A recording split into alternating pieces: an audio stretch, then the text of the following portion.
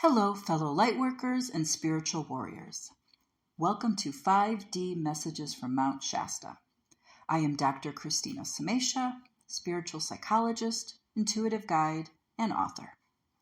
If you are listening to this podcast, it is highly likely that you are a lightworker, someone who is here to shift into a higher state of consciousness and help the collective with this ascension process. We are here to create a new earth, and it is time for us to stand in our power. We all have the choice to move out of the confines of the 3D matrix, which is bound by ego, fear, and suffering, into the love and light of 5D consciousness. I will be posting monthly podcasts to provide guidance and inspiration during this challenging yet amazing time. Please sign up on my YouTube channel to receive my latest podcasts. You can also visit my website, Christina with the CH, PSYD, for more information regarding this collective evolution, as well as information regarding my book, The Journey of Discovering Inner Peace, which has many valuable tools that can be helpful in navigating this time. Although we exited 2022 with some peace and calmness, we started 2023 with some pretty intense energy. Mercury joined the planets Mars and Uranus in a mini retrograde storm, and then we experienced a Cancer full moon at the end of the first week of the year. I think many of us felt this huge energetic hit that lasted for pretty much most of the month. I feel as though we are still integrating this energy. Towards the end of January, all planets went direct, and we experienced a new moon in Aquarius. However, there still seems to be some unsettled energy in the air, because I think that we are all feeling that something big is on the horizon for March. As I mentioned in my previous podcast, in the beginning of March, Saturn, the planet of restrictions, will be moving out of Aquarius, where it landed in 2020, into Pisces. Towards the end of March, Pluto, the planet of transformation, will be changing signs from Capricorn, which we have been in since 2008, into Aquarius, where it will stay for the next 20 years. This has the potential to be quite significant, which may likely prompt yet another huge contraction in the 3D matrix as we continue birthing this new Earth and moving further along into the age of Aquarius and 5D ascension. Because one of the main themes of the age of Aquarius is letting go of victim consciousness and embodying sovereignty. I believe the astrological patterns we have been experiencing have served to further clear out more remnants of victim consciousness energy that resides inside all of us. This last retrograde we experienced was coupled with a Cancer full moon.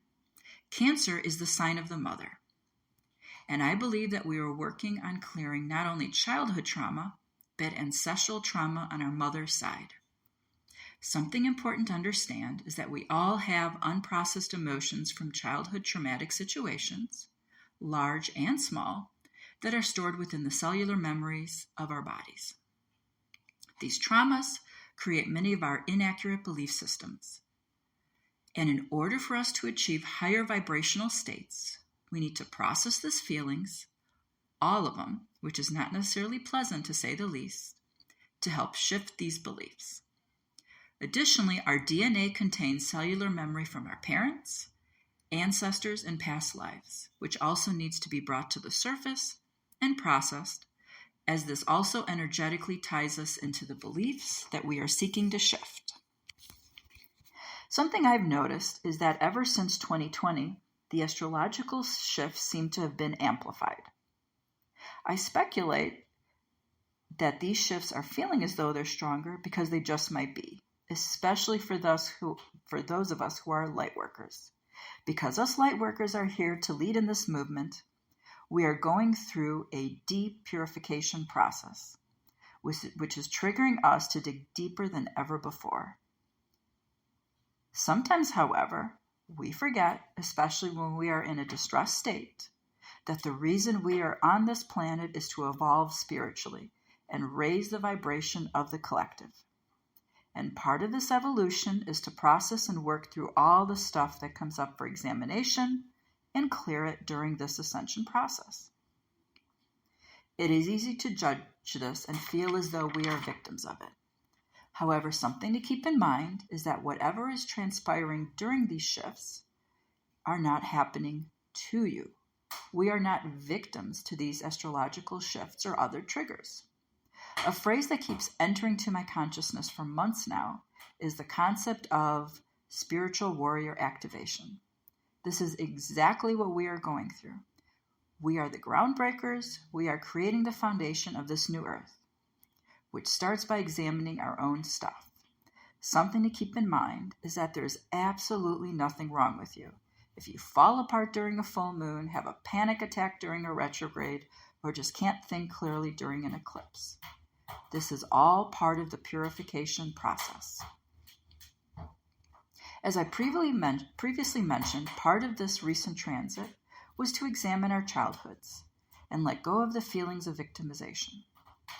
Oftentimes, we hold on to anger and resentment to the things we've experienced, whether we're conscious of it or not, on our journey, especially if we've had a difficult one. But we need to remember that we are not victims of these experiences. If we truly embrace the concept that we are spiritual beings who come back lifetime after lifetime to learn lessons, to evolve in our spiritual development, we're here to learn through these experiences. Planet Earth can be seen as a school. All of us learning different lessons at different times. Each of us in different classes, learning at different rates through our experiences.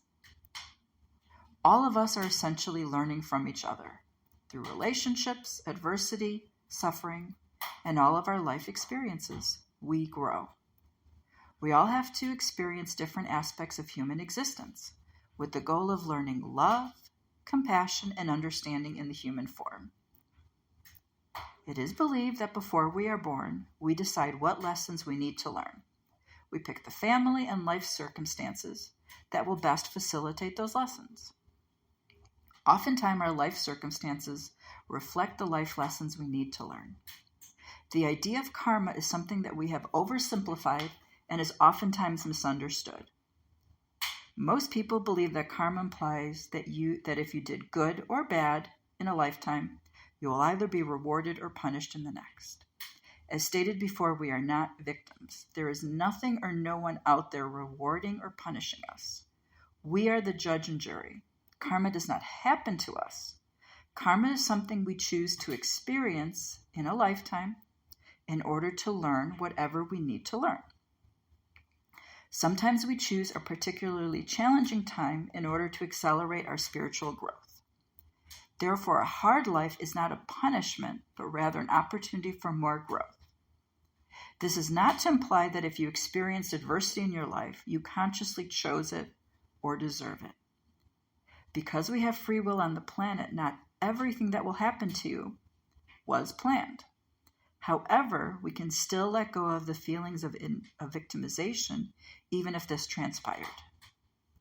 So if during the last month you encountered some triggers from childhood, hopefully you were able to process them and make peace with them, as well as see what belief systems this situation created, which still may be replaying in your life.